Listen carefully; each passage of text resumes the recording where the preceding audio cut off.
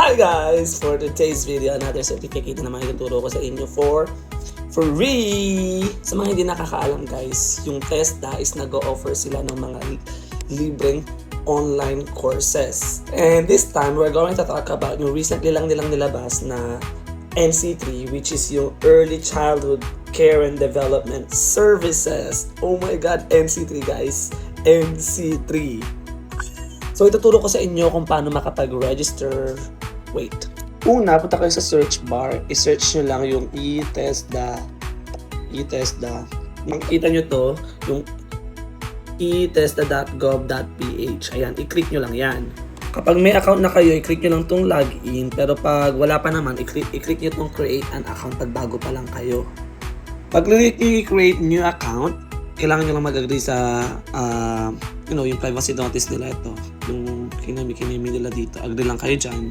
Tapos ayun, just fill it out yung form na to. Tapos click yung I'm not a robot. Hindi ko na yung i-fill out on kasi meron naman na ako. Wait a second. Ayan! Ito bubungat sa inyo guys yung dashboard. Punta ka lang doon sa courses.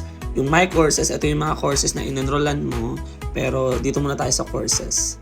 Ayan. Tapos, ito yung category ng online program nila. Ayan, meron silang mga kung ano-ano, gender and development, maritime. Pero ang hinahanap natin is yung early childhood. Early childhood. Pag hindi nyo makita, pwede nyo i-search dito, search courses, early childhood, lalabas yan. Pero, dito talaga siya makikita sa social community and development and others. Boogs! I'm gorgeous! Ayan guys, so Early Childhood Care and Development Services NC3. Ayan din may domestic work NC2, bookkeeping NC3.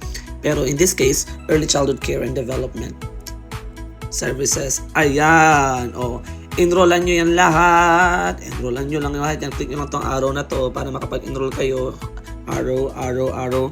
Then, ayan, pag naka-enroll na kayo, lalabas na siya sa my courses. Ayan, in my case, ayan, marami akong in-enrollan kasi tirador ako ng mga certificate. May mga natapos na din ako, gaya ng Introduction to Bookkeeping. And, ayan, madali lang. Click nyo lang to, let's say for instance, ito. Ayan, kailangan nyo lang tapusin yan para makuha yung certificate. Ayan, nasa huling-huli siya, Certificate of Completion. Tapusin nyo muna lahat yan. Bago nyo makuha yung certificate. Ayan guys, I know na in demand talaga ngayon ng ECCD.